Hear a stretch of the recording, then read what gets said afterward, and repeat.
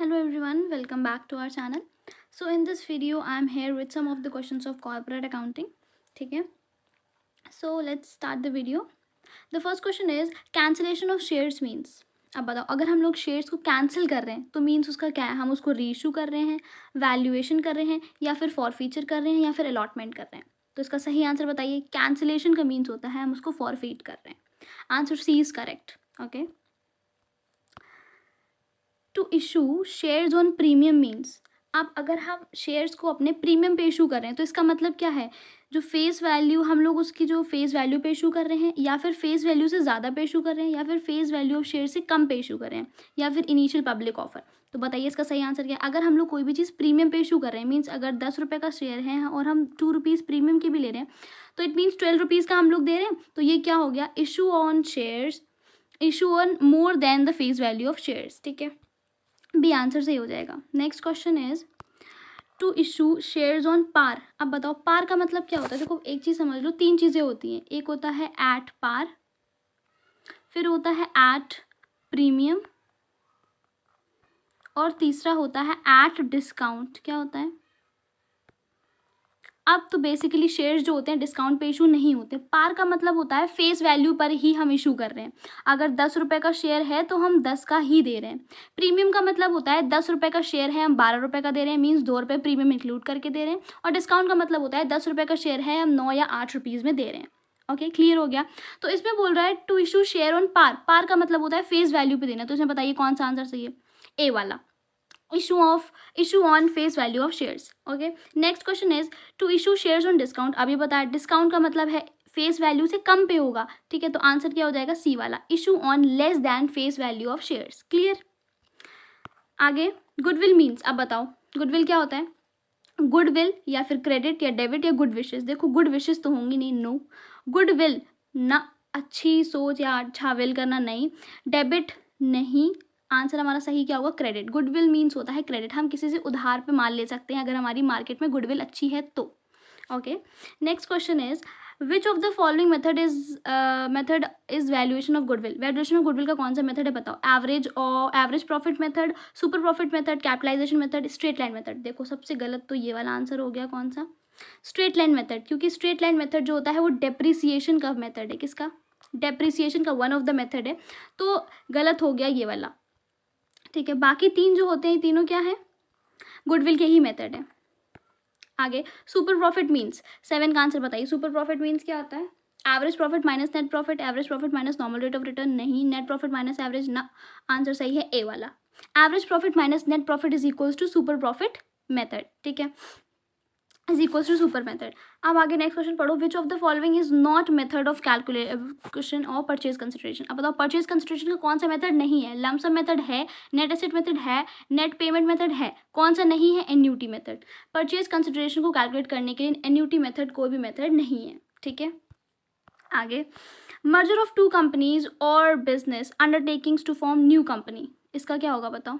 9 वाले का बहुत देर से पढ़ रहे हैं. अमालगमेशन. जब दो कंपनीज न्यू जो होती हैं वो दो पुरानी कंपनीज खत्म करके जब हम एक नई कंपनी बनाते हैं तो उसको बोलते हैं अमालगमेशन. क्लियर. अब next question. Which of the following is not the method of winding of company. अब बताओ कौन सा मेथड नहीं है वाइंडिंग ऑफ कंपनी का? कंपल्सरी वाइंडिंग, वॉलंटरी वाइंडिंग, या फिर winding up under the supervision of the court, या नोइंगली वाइंडिंग. बताओ. कंपल्सरी होता है, वॉलंटरी भी होता है, वाइंडिंग अप कोर्ट के थ्रू भी होता है, नोइंगली वाइंड अप ये मेथड कोई भी नहीं है. तो हमारा सही आंसर हो जाएगा D. Clear. Next, which of the following is not a current asset. ये भी कोई पूछने वाली बात है? करंट एसेट कौन सा नहीं है बताओ? पेटेंट. पेटेंट क्यों नहीं है? क्योंकि पेटेंट जो है इनटैंजिबल एसेट है और ये होता है हमारा फिक्स्ड एसेट. कौन सा एसेट होता है? फिक्स्ड एसेट, जो कि आता है under the category intangible assets. ठीक है, क्योंकि पेटेंट को हम छू नहीं सकते. और ये तीनों ये क्या है? ये है हमारी current assets. Okay, next question. Which of the following is not a current liability. बताओ करंट लाइबिलिटी इनमें से कौन सी नहीं है? Bank overdraft, bills payable, account payable, या रिटेन अर्निंग. बताइए बताइए. ओवरड्राफ्ट है लाइबिलिटी, बिल्स पेबल भी है, अकाउंट पेबल भी है, रिटेन अर्निंग ये हमारी लाइबिलिटी नहीं है. तो करेक्ट आंसर हो जाएगा डी. रिटेन अर्निंग होता है अपने जो हम लोग का डिविडेंड होता है उसको हम डिस्ट्रीब्यूट ना करके रिटेन कर लेते हैं. ठीक है, शेयर होल्डर्स में डिस्ट्रीब्यूट नहीं करते हैं. आगे वर्किंग कैपिटल विल इंक्रीज। अब बताओ वर्किंग कैपिटल कब इंक्रीज होगी? If current assets decrease, if current liability decrease, if current liability increase, या if new shares are issued. अब बताओ वर्किंग कैपिटल कब इंक्रीज होगी? जब करंट लाइबिलिटी हमारी डिक्रीज होगी। ठीक है, अगर करंट लाइबिलिटी हमारी ज़्यादा होगी तो हमारी वर्किंग कैपिटल कम हो जाएगी। तो करेक्ट आंसर हो जाएगा हमारा B. Next, following is the application of fund. बताओ इसका कौन सा होगा? Decrease in the balance of fixed asset, decrease in working capital, decrease in net profit, या फिर डिक्रीज इन प्रिलिमिनरी एक्सपेंसेस। अब एप्लीकेशन ऑफ फंड क्या है बताओ यहाँ पे? Decrease in net profit. Clear? Next question है हमारा, following is a source of fund. अब बताओ इनमें से आपको बताना है कौन सा सोर्स ऑफ फंड है। Decrease in the balance of debenture, decrease in long term liability, increase in long term liability, redemption of shares. तो बताओ कौन सा सोर्स ऑफ फंड है? 15 का आंसर बताइए। Increase in long term loan. अगर हमारा लॉन्ग टर्म लोन बढ़ जाएगा या बढ़ेगा तो ही हमारा सोर्स ऑफ फंड होगा, क्योंकि लोन लेंगे तो क्या होगा? पैसा आएगा। ठीक है, और अगर डिबेंचर्स डिक्रीज होगा तो हम पैसा देंगे, लाइबिलिटी लॉन्ग टर्म लाइबिलिटी पे करेंगे तो भी पैसा जाएगा, शेयर्स को रिडीम कर देंगे तो भी पैसा जाएगा, आएगा नहीं। सोर्स ऑफ फंड नहीं है वो। ठीक है, तो इसीलिए करेक्ट आंसर हो जाएगा हमारा C.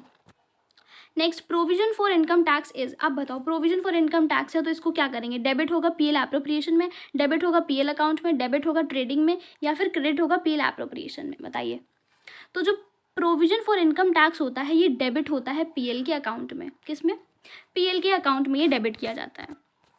Next question, corporate dividend tax. अब इसका क्या है बताओ? कंप्यूटेड, और ये किस पे निकाला जाता है? नेट प्रॉफिट पे, शेयर कैपिटल पे, ग्रॉस प्रॉफिट पे, या डिविडेंड पेड पे? तो ये हमारा निकाला जाता है डिविडेंड पेड पे। क्या? Corporate dividend tax. ऑब्वियसली नाम से ही समझ रहा है डिविडेंड टैक्स है तो किस पे निकाला जाएगा? डिविडेंड पेड पे। जितना पेमेंट हम लोग, जितना डिविडेंड हम पे करेंगे उसी पे हमारा डिविडेंड टैक्स कैलकुलेट होगा। Alright, next question is dividend is paid on. अब बताओ डिविडेंड किस पे होता है? इशूड शेयर कैपिटल पे, सब्सक्राइब्ड पे, कॉल्ड अप पे, या पेड अप पे? टेल। तो ये इसका आंसर है, जितनी भी वैल्यू हमारी पेड अप होगी, पेड अप शेयर कैपिटल होगी, उसी पे हम हमारा डिविडेंड डिस्ट्रीब्यूट करेंगे। ओके, ना कि इशू पे, ना कि सब्सक्राइब पे, ना कि कॉल्ड अप पे। Next question is dividend policy of a company mainly concern with. अब बताओ डिविडेंड ऑफ अ कंपनी जो होती है किस पे कंसर्न होती है? डिविडेंड पे आउट पे या फिर स्टेबिलिटी ऑफ डिविडेंड पे? बताइए। ये इसमें दोनों ही सही है, क्योंकि डिविडेंड पे आउट पे भी कंसर्न रखती है अपना, और स्टेबिलिटी ऑफ डिविडेंड, क्योंकि अगर डिविडेंड नहीं पे करेंगे तो हाँ कोई भी कंपनी, कोई भी शेयर होल्डर्स हमारा शेयर नहीं परचेज करेगा। तो ये दोनों ही आंसर करेक्ट है, तो इसका हो जाएगा बोथ करेक्ट। ठीक है, सी वाला। नेक्स्ट क्वेश्चन है हमारा, discounted cash flow criteria for investment appraisal does not include. अब बताओ, वेट अ सेकेंड। तो इस क्वेश्चन में पूछ रहा है जो इन्वेस्टमेंट अप्रेजल होता है, ठीक है, उसमें डिस्काउंटेड कैश फ्लो में कौन सी चीज़ इंक्लूड नहीं करता है? तो जो चीज़ नहीं इंक्लूड करता है वो आंसर है बी। कैसे? क्योंकि हम लोग जब भी कोई भी इन्वेस्टमेंट अप्रेजल करते हैं तो उसमें नेट, इसमें यहाँ पे नेट होगा, नेट प्रेजेंट वैल्यू देखते हैं, अकाउंटिंग रेट ऑफ रिटर्न भी देखते हैं, और इंटरनल रेट ऑफ रिटर्न भी देखते हैं। क्या नहीं देखते हैं? वो है बेनिफिट कॉस्ट रेशियो। तो इसका सही आंसर हो जाएगा B. Next question is, as per the SEBI guidelines minimum application money shall not be less than. ये तो हम कितने बार बता चुके हैं? 21 का आंसर बताइए क्या होगा? ये होगा 25% ऑफ इशू प्राइस। जो सेबी की गाइडलाइंस के अकॉर्डिंग जो मिनिमम एप्लीकेशन मनी है वो 25% से कम नहीं होनी चाहिए। Clear? Next, the maximum allowable discount. अब बताओ कितना डिस्काउंट हम इक्विटी शेयर्स को दे सकते हैं? बताइए, जितना अलाउ है हम लोगों को। 22 का आंसर बताइए। ये होगा 10% जो इशू प्राइस होता है उससे ज़्यादा हम इशू और इक्विटी शेयर्स में हम डिस्काउंट नहीं दे सकते हैं। ठीक है, next, share application account is. अब बताओ शेयर एप्लीकेशन अकाउंट क्या है? Real account, personal account, nominal account, या फिर फिक्टिशियस अकाउंट? टेल। तो इसका सही आंसर होगा पर्सनल अकाउंट। ठीक है, जो शेयर एप्लीकेशन अकाउंट है, शेयर अलॉटमेंट अकाउंट है, शेयर फर्स्ट कॉल अकाउंट है, ये सारे ही कैसे होते हैं? पर्सनल अकाउंट होते हैं। क्लियर? ये शायद कल भी एक क्वेश्चन आया था इसका। नेक्स्ट क्वेश्चन है, शेयर अलॉटमेंट अकाउंट इज। फिर से आ गया, देखो अभी बताया था। शेयर अलॉटमेंट क्या होता है? B, personal account. Next, share call account, same question, क्या होगा? B, personal account. So these are the questions I have to discuss today, and please go through it thoroughly. So this is all for today. Thank you so much. Have a good day.